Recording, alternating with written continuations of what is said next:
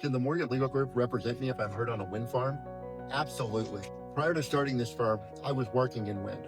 I've held all kinds of different positions. I've climbed as a technician, I've repaired wind turbines, I've been inside wind turbines, I've done everything that you can think of on a wind farm.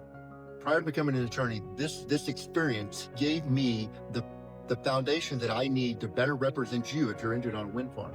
If you're wanting an attorney that actually knows how wind farms work, that knows what a nacelle is, that knows how to actually talk about the wind turbine and can explain it to defense counsel and make them understand why their organization did something that was so wrong, I am the attorney for that. My experience in wind allows me to represent my wind clients in a way that no other attorney in the nation can.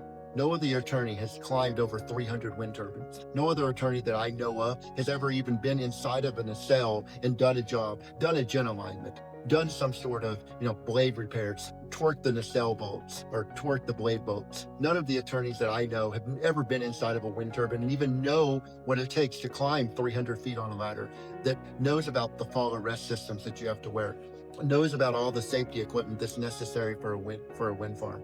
My extensive career as a wind turbine technician, a facility manager, a safety manager, a SCADA operator, this experience has prepped me and prepared me to be the best advocate for my injured clients who are injured on a wind farm. If you're injured in a wind turbine, the first thing that you need to do is report the accident. Doesn't matter how minor it is. You may think, oh, I'm going to recuperate from this in a couple of days. But if you don't recuperate, you want to make sure that you properly documented your injury. You want to make sure that you reported it to your supervisor, reported it to the facility manager or the site supervisor, reported it to a safety manager, reported it to someone. And not only that, make sure that they properly document the injury. Make sure that they're not trying to sweep it underneath the rug and trying to make you go away, trying to make you into a victim, trying to make you, less than necessary, trying to just do away with you. If you're injured on a wind farm, you need to make sure that you get the documentation, that you report it, that you open up a claim, that you open up a report, that everyone knows. I know sometimes it can be embarrassing. You say, oh, but Clint, I was injured and I was up tower and something happened and I'm a little bit embarrassed about it. The thing is, if it's happened to you, it may have happened to other people. And safety and lawsuits and everything, all of this does is perpetuate the safety culture and make sure that it doesn't happen to you again, it doesn't happen to someone else again. Reporting an accident, reporting an incident is the right thing to do. It'll make sure that you're protecting your interests. It'll make sure that you're protecting your peers' interests, your coworkers, making sure that no one else is going to get injured in the way that you did.